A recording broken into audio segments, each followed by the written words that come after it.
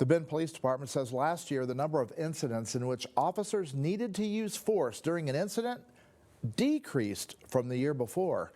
Rhea Piniella shares details about Bend PD's force response. Bend Police saw a significant increase in the number of calls for service they received last year. Most of those calls were for people experiencing a mental health crisis. And they also say only about 1 in 1,300 calls last year resulted in the use of force.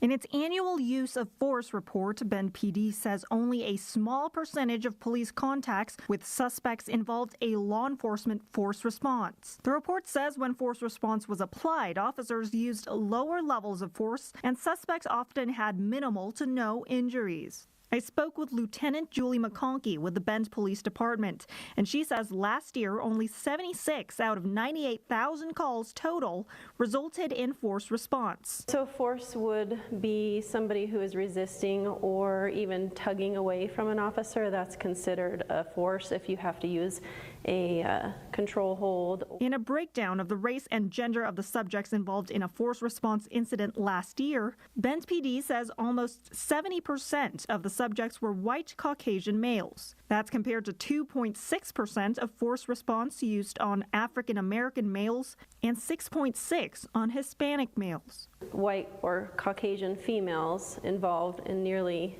18% of the incidents. The most commonly used type of force was a joint or arm takedown. Bend police officers use scenario-based training and crisis intervention training to focus on finding a peaceful resolution rather than having an incident rise to a need for force. In response to our force response report, it's fairly low. Lieutenant McConkey says the department's working on finalizing its 8 Can't Wait initiative, which has already been adopted in other city law enforcement agencies across the nation in an effort to decrease police violence. In Bend, Rhea Piniella, News Channel 21.